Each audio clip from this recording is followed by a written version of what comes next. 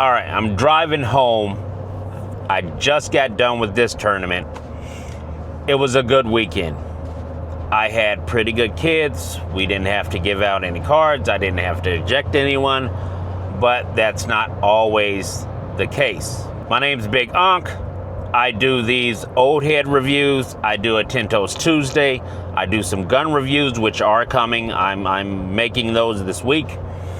And what we're getting into today is the liar who doesn't have to lie. And we're getting into cowardice, cowardly activities, and a man that I don't consider to be a man when he gets called out. Again, I'm a soccer referee. It's this weekend, this tournament was called Halloween Havoc. There's a couple soccer tournaments that happen in Ohio. I happen to be the center on this game, and before the game started, it was the first game of the day.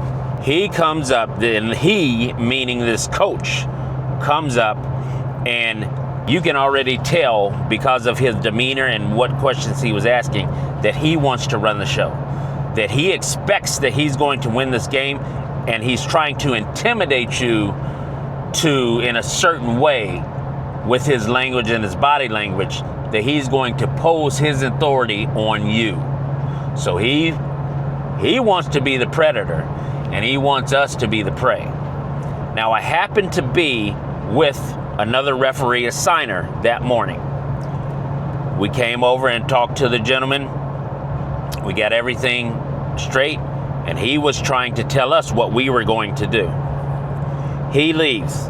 I tell the referee assigner, this may be an issue. Hopefully, he calms down. It's a good game, but this may be an issue.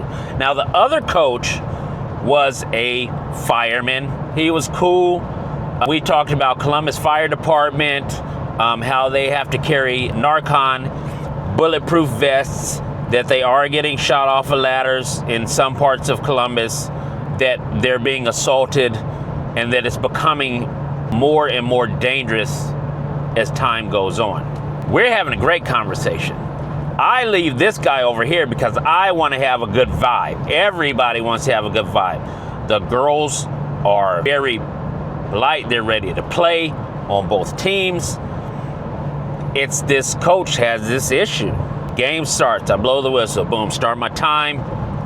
We're going. I start making calls. Both sides, fair. Called a couple PKs, and he's upset because the other team is scoring, which they should be doing.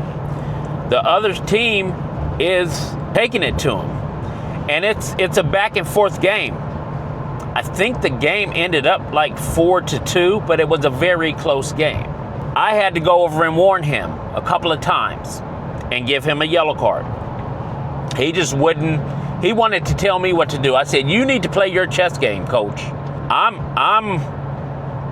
got this. You need to play your chess game because you're down. And you need to worry about your pieces. You're not losing because of me. So here's a yellow for you. I don't want to hear anything else out of you. Nothing. Do you understand? Yes, he understood. I'm not your prey. We continue on the game. Second half comes, and we're rolling. They are up by the coach that was talking. He's up by 1 point, 3-2. No, they were tied. I'm sorry, they were tied, 2-2. One of his kids commits a foul. I can't say it. Hey, they commit a foul in the box, which brings up a PK. He doesn't think it's a foul. He starts flapping his lips again. I let it go because we only have a few minutes left. The other team goes up by 3, so it's now 2-3. Very next play, they score again, so now it's 4-2. And he is livid. He is mad. He can't believe it. I took this stuff away from him. So I said, okay. 2 minutes left. I'm not doing anything. The whistle blows. Now in soccer, I am responsible for everyone that is on my field from the time they get there, not when the whistle blows, from the time they get there until they leave my field. they're my responsibility. I can red card you, I can yellow card you, I can sit you up, I have to control that game. And you have to have a pretty level head and some critical thinking to do this for the most part.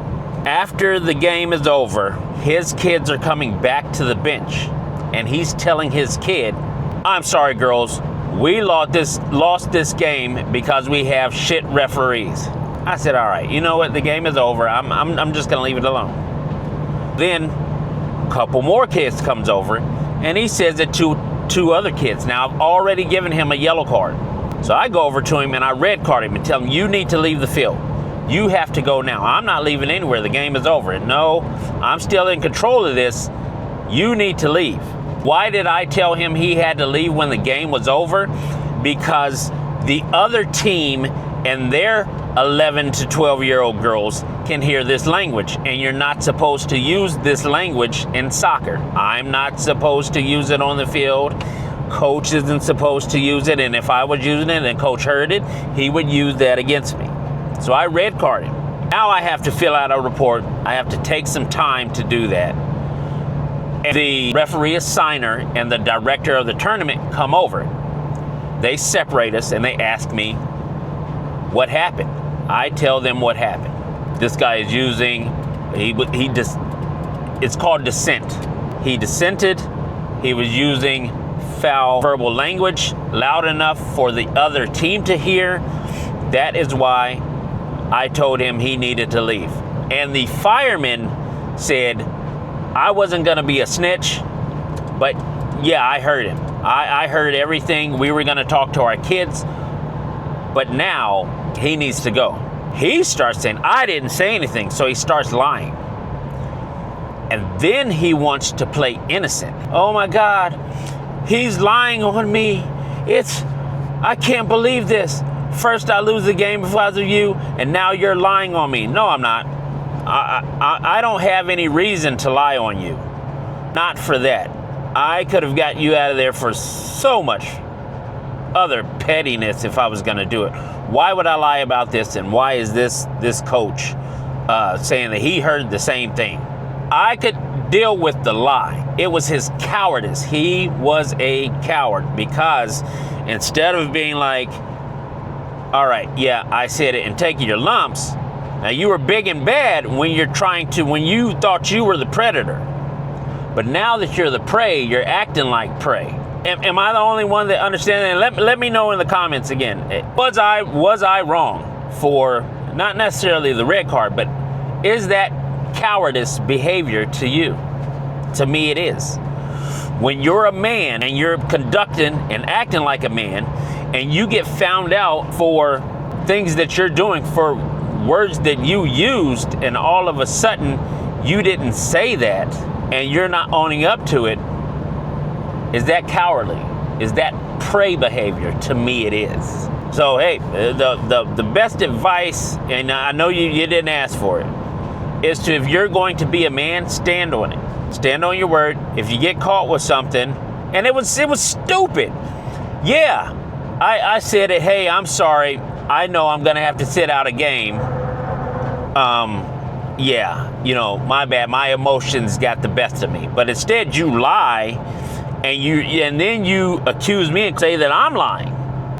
To me, that's not cool. But again, let me know in the comments. And until next time, and there will be a next time, I'm out.